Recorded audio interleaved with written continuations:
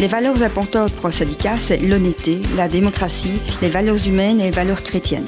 Ik denk dat we eerst de vraag moeten stellen, wat zijn de waarden van de vakbond of wat vind ik zelf van die waarden?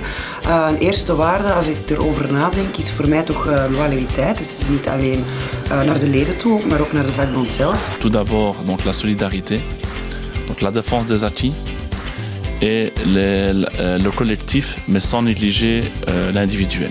En essayant de voir un peu, d'essayer de regrouper un peu tous les besoins de tous les travailleurs pour que justement créer cette solidarité, pour essayer de trouver tous les points communs entre les travailleurs. De waarde solidariteit is ook heel belangrijk voor het ACV openbare diensten en het ACV in het algemeen. Niet alleen op de straat, maar ook zeker in de bedrijven zelf.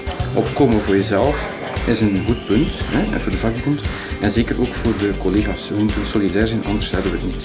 C'est la solidarité, la défense des plus faibles, surtout que ça soit individuel ou collectif, il faut jouer dans cette mesure-là. Ik denk dat waarden van vakbond heel belangrijk zijn, omdat wij ook in de maatschappij moeten tonen waar wij voor staan.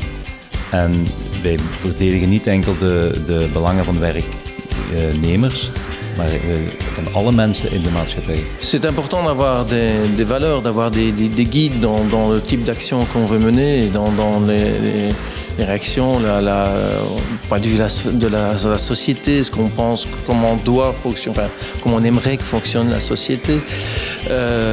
Oui, les valeurs sont importantes à ce niveau-là. On défend quelqu'un quand ça devient personnel. On se met à sa place et on se dit comment je ferai à sa place.